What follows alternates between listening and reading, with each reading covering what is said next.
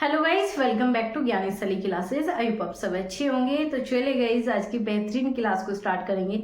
आज आपका यहाँ पर सिलेक्शन की क्लास रहने वाली है। क्यों रहेगी? क्योंकि अगर आप इस वीडियो को कर लेते हो ना तो आपका सीटेट पास है। क्यों? क्योंकि इसमें मैं आपको रास्ता बता दूंगी कैसे करना है। 1 महीने में गारंटी से अगर आपका सीटेट पास हो जाएगा अगर आप ये चीजें कर लेते हो। तो चलिए स्टार्ट करेंगे आज की क्लास को। कोई नया जुड़ा हो तो चैनल को सभी सब्सक्राइब कर लेना, बेल आइकन को ऑन रखना ताकि आपको सारी अपडेट समय पर मिल सके। तो अब आपके पास लगभग है 1 महीना। 1 महीने में सीटेट 2024 को किस प्रकार से आप क्लियर कर सकते हो, क्योंकि 15 या फिर आपका 14, ठीक है, इसी दिन जो है आपका यहाँ पर सीटेट होगा। 14 या 15 दिसंबर को आपके सीटेट की डेट पहले ही आउट है। जिस दिन नोटिफिकेशन आया था उसी दिन डेट आपकी अनाउंस हो गई थी। अब आपके सामने सवाल है, 1 महीने में कैसे सीटेट को क्लियर करा जाएगा। अगर आप 5 ये महामूल मंत्र अपना लेते हो, ये 5 ट्रिक अपना लेते हो तो सीटेट आपका पास है। क्योंकि मैंने खुद सीटेट पास किया है, पहले अटेम्प्ट में पास किया है, मैंने पढ़ाया हुआ है, मुझे पता है कहाँ बच्चे गलती करेंगे, कहाँ बच्चे गलती नहीं करते। इस बार 20 लाख बच्चे फेल हुए थे। रीज़न क्या था? रीज़न ये था कि बच्चे कभी इधर भाग रहे थे, कभी इधर, कभी इधर, कभी इधर। सीटेट बहुत इजी एग्जाम है अगर आप इसे अच्छे से करते हो। सच में सीटेट बहुत इजी है। कैसे? चलिए जानते हैं। तो अगर हम बात करें पहली बार में सीटेट को कैसे क्लियर कर सकते हो, कैसे करोगे, तो आपके सामने 5 ऐसे पॉइंट है जिससे आप सीटेट क्लियर करोगे। सबसे पहला पॉइंट है पीवाईक्यू। पीवाईक्यू पे अगर आपने काम कर लिया तो ये इसकी सोल है, ये इसकी आत्मा है, ठीक है। अगर आप ये कर लेते हो ना तो ये मान के चलो आपने सीटेट को लगभग 70% क्लियर कर लिया। 70% सीटेट आपको पीवाईक्यू से क्लियर हो जाता है। लेकिन बच्चे पीवाईक्यू के नाम पे रटते हैं चीजें। आपको रटना नहीं है, आपको क्वेश्चन सोल्व करना सीखना है। पीवाईक्यू आपको 3 चीज में हेल्प करता है। पहला, क्वेश्चन कैसे सोल्व किया जाए। दूसरा, टॉपिक कैसे आता है, कौन सा इंपॉर्टेंट टॉपिक है। तीसरा, क्वेश्चन कैसे पूछे जाते हैं। ये 3 चीज में ही आपके पीवाईक्यू हेल्प करता है। ना कि कॉन्सेप्ट रटने के लिए, ना कि आपको चीजें बिल्कुल रट के चले जाओ, सेम टू सेम क्वेश्चन मिलेगा, बिल्कुल नहीं मिलता। लेकिन टॉपिक सेम मिलेगा क्योंकि सिलेबस इतना सा है सीटेट का। लिमिटेड सिलेबस है, कभी न्यू नहीं बना, अपडेटेड नहीं होता। सेम सिलेबस जो आपका जुलाई में था, जो आपका जनवरी में था, वो ही आपका दिसंबर में है। तो क्या है, बहुत ही ज्यादा आप कह सकते हो छोटा भी है, प्लस में बहुत ही ज्यादा लिमिटेड आपसे चीजें पूछी जाती है। ऐसा नहीं कि कुछ भी इधर का पूछ ले, कुछ भी उधर का नहीं, लेकिन पूछने का तरीका बदला जाता है, हर बार पैटर्न चेंज किया जाता है। वही आपको डिफिकल्ट लगता है। डिफिकल्ट इसलिए रहेगा क्योंकि पीवाईक्यू खुद से कभी किए नहीं, पीवाईक्यू क्वेश्चन सोल्व करना आता नहीं, पीवाईक्यू रटना आता है। रटना नहीं है भाई, आप सभी को रटना नहीं है, पीवाईक्यू सोल्व करना है। सोल्व करने के भी तरीके होते हैं। चारों ऑप्शन पे काम करो, ये सही है तो क्यों है, उसका की पॉइंट पकड़ो। सीटेट सबसे इंपॉर्टेंट है की पॉइंट। पॉजिटिव नेगेटिव पकड़ो। मैंने आपको कराया हुआ है की पॉइंट क्या होते हैं सीटेट में। एक बार जाके वो टैग वर्ड्स वाली क्लासेस मिल जाएगी, सारे सब्जेक्ट की कराए हैं। सीडीपी, हिंदी, इंग्लिश, मैथ सारे मैंने आपको करा दिए।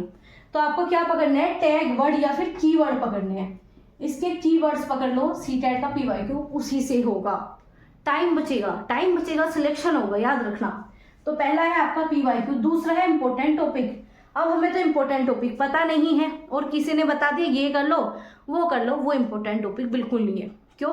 आपने खुद से नहीं देखा। कैसे पता करोगे इंपॉर्टेंट टॉपिक क्या? आपको क्या करना है इंपॉर्टेंट टॉपिक के लिए, जो पीवाईक्यू करोगे, मान लीजिए पीवाईक्यू में आपके प्याजे के 4 क्वेश्चन आए हैं, तो प्याजे इंपॉर्टेंट 5 क्वेश्चन आए, वो आपका हर बार प्रगतिशील पूछा जाता है तो वो आपका इंपॉर्टेंट हो गया। समावेशी पूछा जाता है, वो इंपॉर्टेंट हो गया। तो ये सब क्या बताते हैं, यही तो इंपॉर्टेंट है। जो कॉन्सेप्ट बार बार रिपीट हो रहे हैं वो ही आपके इंपॉर्टेंट है। वाइगोस्की से अभी तक कोई ऐसा पेपर नहीं बना जहां से क्वेश्चन ना आता हो तो वाइगोस्की इंपॉर्टेंट। कोई ऐसा क्वेश्चन नहीं बना जहां से प्याजे ना पूछा जाए तो वो इंपॉर्टेंट। कोई ऐसा क्वेश्चन नहीं बना जहां से समावेशी का कॉन्सेप्ट ना आता हो, वो टॉपिक इंपॉर्टेंट। तो ये सभी टॉपिक इंपॉर्टेंट है। कैसे पता लगेगा? पीवाईक्यू जो सोल्व किए उसमें से क्वेश्चन उठा लो, क्वेश्चन का टॉपिक उठा लो कि हाँ ये प्रगतिशील से एक पेज पे लिख दो, वो कॉन्सेप्ट क्लियर होना चाहिए। अगर क्वेश्चन समावेशी से आया है तो समावेशी से कैसा भी कितना भी डिफिकल्ट क्वेश्चन हो वो आपको पता होना चाहिए। अगर एनसीएफ 2005 पूछा है तो वो आपको पता होना चाहिए। एनईपी 2020 पूछा है वो आपको पता होना चाहिए, उसकी हर एक टॉपिक।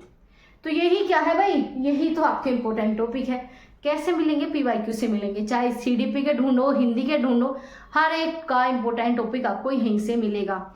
और इसके अलावा मैं आपकी डेली क्लासेस कराती हूँ तो वहाँ पे इंपॉर्टेंट टॉपिक भी कराती हूँ।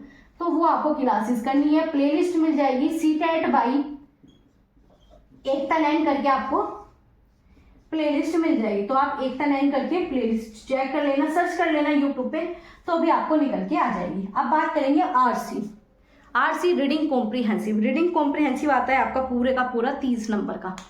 कितने नंबर का आता है? पूरा का पूरा 30 नंबर का। ये आपको दिला देंगे 30 नंबर, क्योंकि 15 आपके पहली लैंग्वेज के और 15 आपके दूसरी लैंग्वेज के, ये आपके इस प्रकार से डिवाइड है। तो 15 आपके RC दिलाएगा। RC कैसे दिलाएगा? सिर्फ प्रैक्टिस, सिर्फ PYQ। इसमें भी बच्चे पता क्या करते हैं? ग्रामर पढ़ते हैं। भाई ग्रामर नहीं पढ़नी होती इसमें, ग्रामर बिल्कुल नहीं पढ़नी, चाहे कितना ही पेपर में आता हो, नहीं पढ़ना भाई। 2-3 नंबर का आता है ग्रामर, वो भी बहुत ईजी। कैसे हो जाएगा? यहाँ से ग्रामर हो जाएगी PYQ से। अगर PYQ कर लोगे ना तो ग्रामर भी नहीं रुकने वाली आपकी। तो समझ में आया आपका? RC करनी है, PYQ करने RC के। तो इसमें भी क्या करना है आपको? इसमें भी PYQ करोगे तो इसके भी नोट्स बना लेना। जैसे कोई भी टॉपिक आता है, कोई भी ग्रामर का, तो बस उसे कर लेना। इससे ज़्यादा ग्रामर आपको करनी ही नहीं है। PYQ से बाहर एक भी टॉपिक ग्रामर का नहीं पढ़ना आप में से किसी को भी। आगे अगर बात करूँ, इसमें आपकी 30 नंबर की पेडागोजी भी आती है, ठीक है। वो पेडागोजी मैंने आपको कराई हुई है, ठीक है। प्लेलिस्ट मिल जाएगी, वही CTET बाई एकता नैन करके सारी प्लेलिस्ट मिल जाएगी।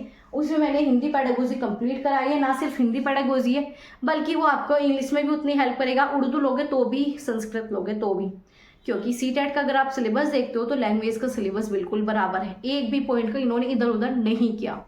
अब आपका अगेन इंपॉर्टेंट OMR और आपका टाइम मैनेजमेंट, यही बच्चे नहीं करते। आपको क्या करना है? प्रैक्टिस करना है OMR पे, ठीक है, क्योंकि इस पे लगभग 15 से 20 मिनट लग जाते हैं, कम से कम ज़्यादा से ज़्यादा 30 मिनट भी बच्चे लगाते हैं इसे फिल करने में।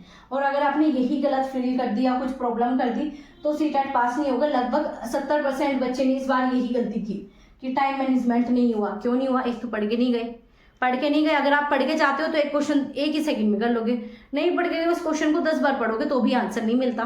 तो क्या है, आपको OMR की प्रैक्टिस करनी है, टाइम मैनेजमेंट पे फोकस बहुत ज़्यादा रखना है। टाइम मैनेजमेंट हो गया तो लगभग CTET हो गया। आगे बात करेंगे NCERT। अब आप सभी का डाउट है भाई मैम NCERT कैसे? तो NCERT बहुत ज़्यादा जरूरी है, बहुत ही ज़्यादा। अगर ये आत्मा था तो ये आपका दिल है, ठीक है, ये आपका हार्ट हो गया CTET का। अगर आपकी SST है तो भाई आंख बंद करके आज से ही पढ़ना स्टार्ट कर दो, ठीक है। इसके बाद अगर आपका यहाँ पर EVS है फर्स्ट पेपर, तो भी इसके अलावा कुछ मत पढ़ो। साइंस है तो भी यही पढ़नी है NCERT, ठीक है। किसी के भी भरोसे मत रहो, अपना NCERT पढ़ना स्टार्ट करो, डाउनलोड करो। मैं आपको एक वीडियो लेके आ जाऊंगी कहाँ से आपको डाउनलोड करनी है। न्यू NCERT पढ़ना स्टार्ट कर दो। 1 महीने में क्या 10-15 दिन में NCERT कंप्लीट हो जाती है। अच्छे से करने वाला होना चाहिए, ठीक है। आराम से उन्हें पढ़ो, बहुत इंटरेस्टिंग चैप्टर है, कुछ की पॉइंट है उन्हें नोट डाउन करते रहना। तो ये आपके 5 महामूल मंत्र है, इसे कर लो, CTET नहीं रुकेगा। लेकिन इन्हें पूरी ईमानदारी से अच्छे से करना है, ठीक है। लगभग दिन में 3 से 4 घंटे भी पढ़ोगे ना तो 1 महीने में आराम से CTET पास हो जाएगा। बच्चे 10 से 15 दिन में कर लेते हैं, ठीक है। तो अगर आपके पास पहले से ही चीज़ें तैयार हैं तो और भी जल्दी हो जाएगा। आपके पास खुद के नोट्स है या आप डेली क्लासेस करते हो तो आधी चीज़ें आपकी पहले से ही क्लियर है। बाकी बची कुछ चीज़ें वो मैंने आपको बताई रखी है। और जल्दी आपकी PYQ की सीरीज आ जाएगी, तो ये मैं आपको कराना सिखा दूंगी क्वेश्चन कैसे सोल्व करते हैं। PYQ की सीरीज में मैं आपको 3 पॉइंट बताऊंगी, क्वेश्चन कैसे सोल्व करते हैं, क्वेश्चन आते कैसे हैं, प्लस आपको क्वेश्चन के की पॉइंट कैसे ढूंढने हैं। बस ये 3 PYQ को करते टाइम ध्यान रख लेना। खुद से भी करोगे तो भी ध्यान रखना, मेरे साथ जोड़ोगे तो मैं आपको करा ही दूंगी। तो आपको ऐसी क्लासेस के लिए, ऐसी अपडेट के लिए आपको ज्ञान स्थली क्लासेस को सब्सक्राइब करना है, टेलीग्राम चैनल ज्वाइन कर लेना, सारी अपडेट आपको वहाँ पे मिल जाती है। फिर भी कोई डाउट, कोई भी कंफ्यूजन, कोई भी क्वेरीज हो तो आप कमेंट करके बता सकते हो। तो चलिए गाइस, मिलेंगे आपसे ऐसी इंफॉर्मेटिव अपडेट के साथ, तब तक अपना ध्यान रखिए।